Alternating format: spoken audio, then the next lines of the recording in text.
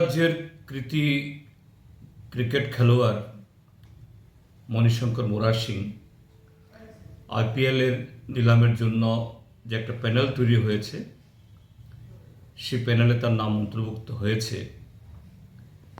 এতে তিনি সে নিলামে কোন টিমের সাথে যুক্ত হবেন বা কত টাকা পাবেন এটা আমি সেভাবে দেখছি না, কিন্তু যে ত্রিপুরা থেকে একজন ক্রিকেটার, একজন খেলোয়াড় এরকম একটা আন্তর্জাতিক আসরে, এটা আইপিএল হলেও, ইন্ডিয়ান প্রিমিয়ার লিগ হলেও এর একটা আন্তর্জাতিক খ্যাতি তৈরি হয়েছে।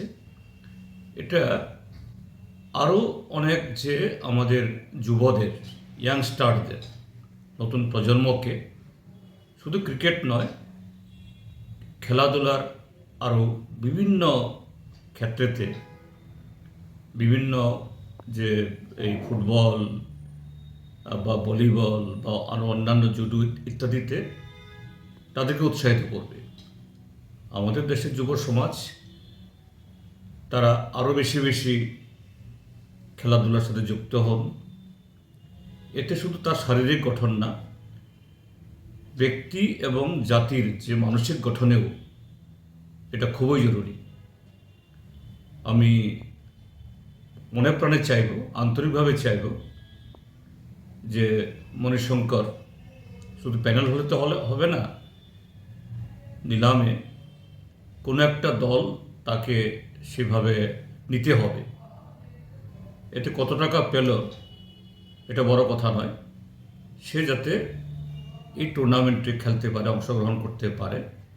এতে এই ত্রিপুরার যে 40 লক্ষ মানুষ এবং বিশেষ করে যুবরা, তারা যে না এই খেলোয়াড়তে, এই প্রতিযোগিতায় আমরাও আছি, এরকম একটা ফিলিং তৈরি হবে।